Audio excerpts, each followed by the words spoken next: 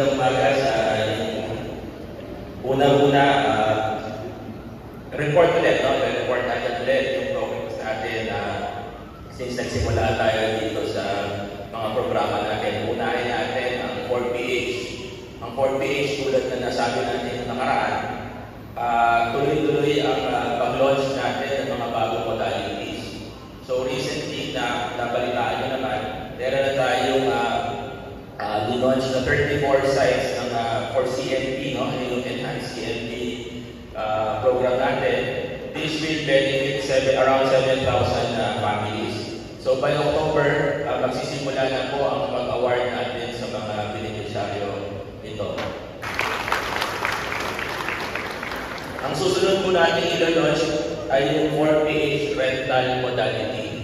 So ang nakikita natin pwedeng maging pilot na site will be the site din sa University of the Philippines. So isasalang na lang nila to, no, sa kanilang Board of Regents sa darating na I think August 28. So once ma-approve ito ng Board of Regents ng UP, meron na po tayong i-launch na pilot 4PH rental. Pagdating naman po sa Zero Backlog program natin, ang HOA ay zero backlog na.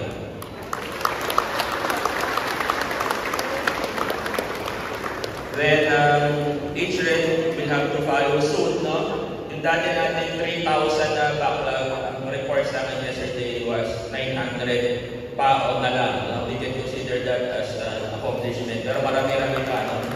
Pero malaki na rin yung nabawas. From 3,000, in less than 2 months na sinimulan natin yung backlog na programa, nakabawas tayo ng mga 2,000 items na for action. Now, so I'm just waiting for the verification report, then we will act on this week. So, as I said, wala tayong malalamnasin dito, no?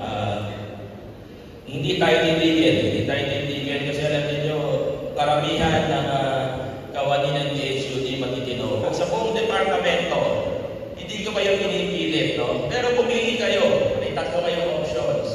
Shape up, step out, or decay out. Magandang umaga po sa inyo lahat.